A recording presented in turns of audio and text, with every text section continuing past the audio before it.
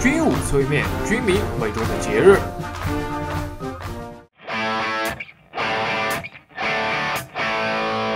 说起军用直升机，大家第一印象总是张牙舞爪、一通乱射的武职们。不过，在大家可能没有注意到的地方，还有一条勤勤恳恳、低调尽职的战场劳模。他们活跃于前线与后方之间，将物资、人员、武器装备源源不断地输送到战场上。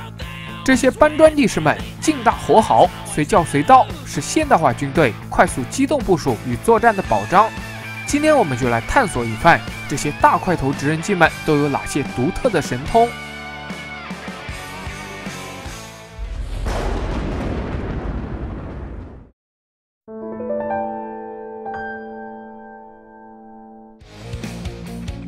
美国的军用直升机喜欢用土著部落来命名，武装直升机有阿帕奇、科曼奇，而运输直升机则有支鲁干。但据说和阿帕奇、科曼奇这些以勇士著称的部落不同，支鲁干是个性情温和的部落。美国人用这个部落命名憨厚的运输直升机，真是用心良苦啊！支鲁干同志为了做好自己的搬砖工作，身有一副惊奇的骨骼。它不像传统直升机那样只有一副旋翼，而是在机头和机尾部分安装了2副旋翼。这种直升机就是纵列式双旋翼直升机。传统单旋翼直升机需要在尾部加装一个侧吹的尾桨来抵消主旋翼对机身的扭转，而双旋翼纵列式直升机的2个旋翼尺寸相同，旋转方向相反，所以2个旋翼对机身的反作用力矩大小就相同，作用方向则相反，对机身的扭转效应也就刚好抵消了。这种直升机2个旋翼都能提供升力，相比之下，传统单旋翼直升机侧吹的尾桨动力就显得浪费了。但这种纵列式双旋翼布局会产生气流相互干扰，也会导致功率损失。那这2种布局到底哪个更适合搬砖呢？我们来对比一下美国的另一型直升机大力士 CH-54吧。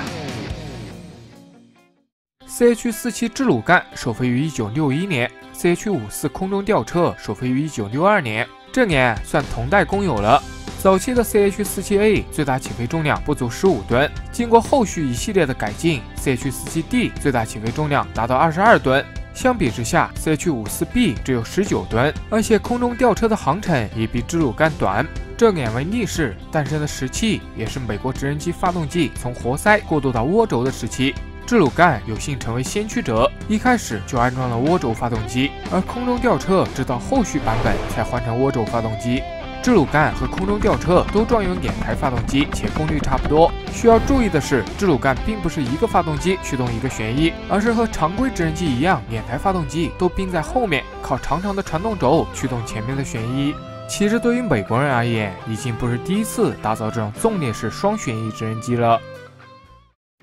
早在1952年，弗兰克·比亚塞奇就为美军设计了一种纵列式双旋翼直升机 H-21。这种直升机因为身材又长又弯，获得了飞行香蕉的雅号。仔细看看这根飞行香蕉，之所以造型如此怪异，是为了将2个旋翼距离尽可能拉开，避免桨叶打到一起。而到了 CH-25骡子上，一高一低的旋翼配置就解决了这个问题。支鲁干的双旋翼也是一高一低。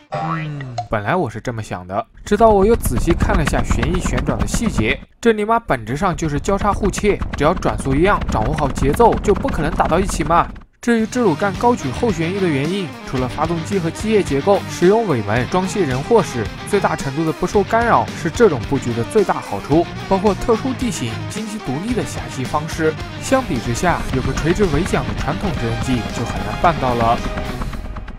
既然双旋翼优势这么多，其他国家有没有也装备呢？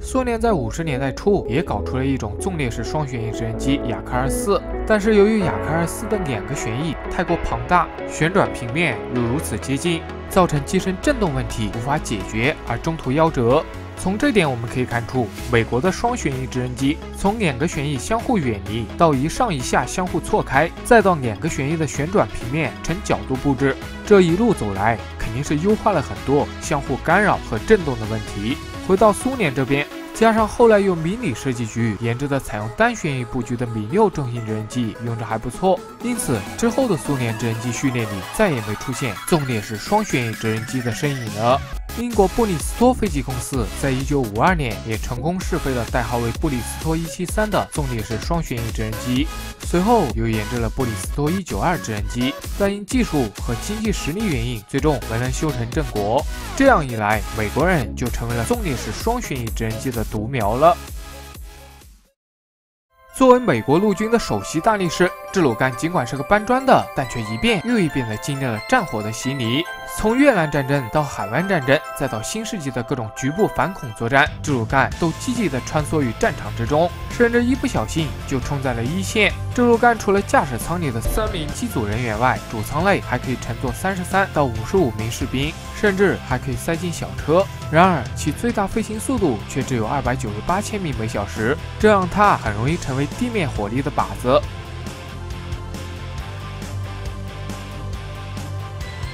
当然了，在确保路线安全的情况下，智鲁干本职搬砖工作还是很胜任的。它不仅肚子里可以装，下面更能挂载各种货物，从燃料物资补给到各种火炮重武器，甚至自己不能飞的飞机。有了智鲁干大力士，美国陆军才能在复杂的地形中成为一支飞行军。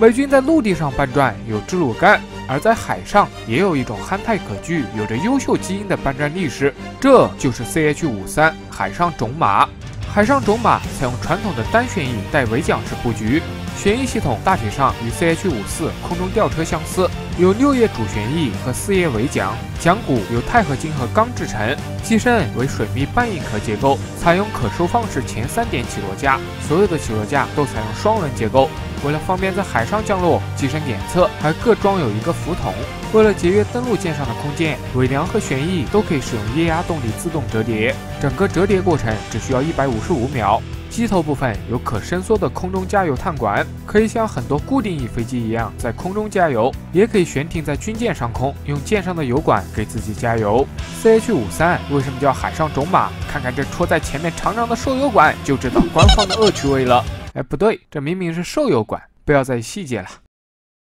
值得注意的是，海上种马一开始其实是给4等人海军陆战队用的。作为唯一被美国总统直接指挥的军种，海军陆战队的军费总是被国会卡住脖子。在上世纪60年代，美国海军陆战队使用的还是老旧的仅能搭载18名士兵的 H-34直升机，已经根本无法完成繁重的撵气运输任务了。Marine 们需要一种更大更好的直升机。1962年，海军陆战队颁发了实验性武器招标计划，规定该直升机能够在运输3.63吨物资时，以278公里每小时的飞行速度实现作战半径185公里。随后，西科斯基公司的WA CH-53A 方案被选中，但由于海军陆战队的研制经费不足，因此西科斯基公司只获得了2架总额不到1000万美元的原型机研制合同，用来验证新型直升机的技术。在克服了层层障碍后 ，CH-53海上种马终于在1966年11月正式服役，并在1967年就被送往越南战场，用于运输和搜救。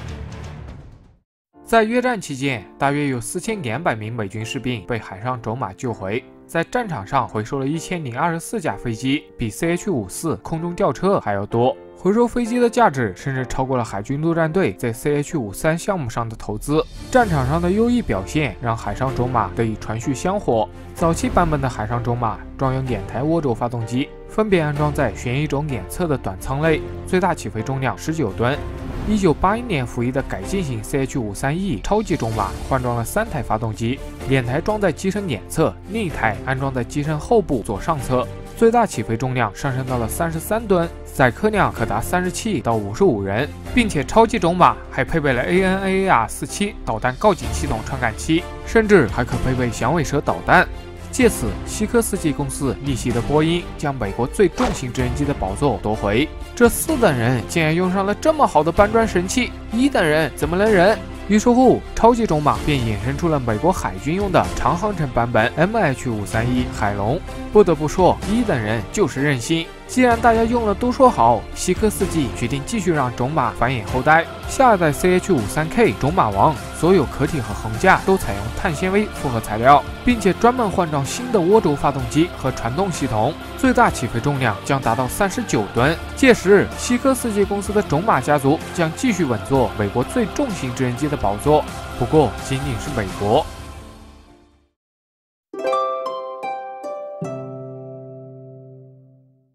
看完了美国，让我们把视线拉到地球的另一边，把双旋翼雅克24搞下马的米6重型直升机，在随后的10多年里，一直占据着苏联重型运输直升机的头把交椅。它创造过国际航空协会承认的14项纪录，包括其中达20.117吨载荷的世界纪录。可是随着和美国人的博弈越来越激烈，苏联的直升机部队所承担的任务复杂性陡然增加，最终催生出了史上最大型的运输直升机米26。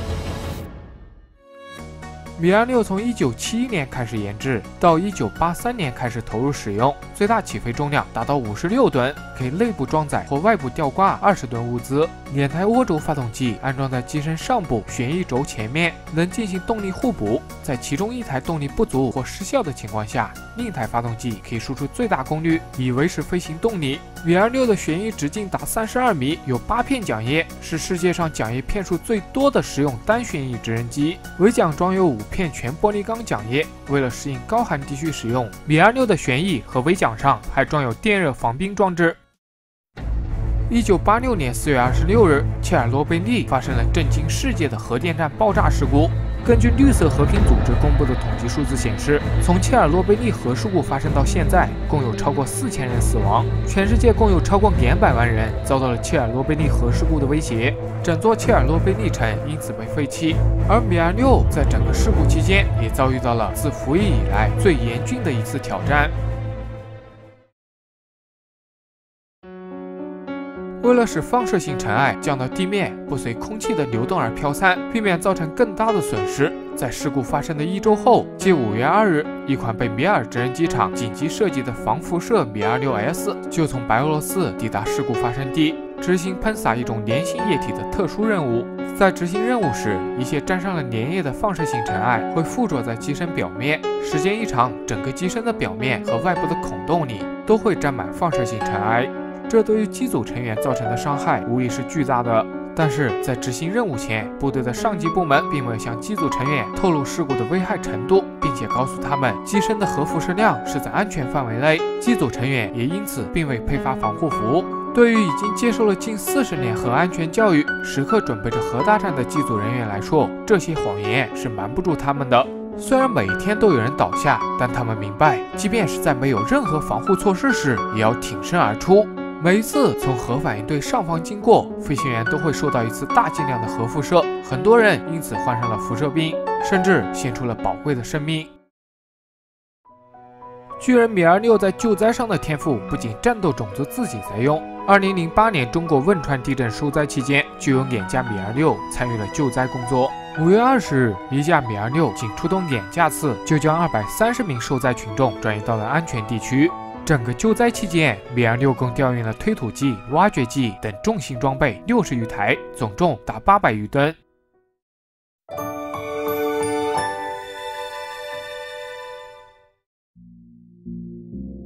由于历史原因，中国的直升机研发水平比固定翼飞机滞后一些，与世界主要航空强国在直升机领域相比，也存在着较大差距。从1973年起，中国就从法国陆续购买了超黄蜂中型多用途直升机，随后在90年代以超黄蜂直升机为基础，仿制了一款13吨级别的多用途中型直升机直8，并广泛使用。但它的能力和前面我们所说的美俄搬砖力士相比，还有明显的差距。对于中国这样一个幅员辽阔、地形复杂的国家来说，重型直升机是必要也是急需的一款航空装备。在上世纪80年代中美灭越时期，中国就从美国购买了24架黑鹰直升机，而引进支鲁干的民用型号波音234也被提上日程。经过中美两国政府的谈判，中国政府决定进口6架，加上引进这款直升机的技术，并在中国生产组装。波音公司当年对这个买卖也是相当上心，甚至在一架直升机上喷涂了中国国旗和中国民航的标志来做飞行测试。可惜后来突变的国际局势令 CH-47的引进中途夭折。目前中国已投入运营的重型直升机还是从俄罗斯购买引进的4架米26。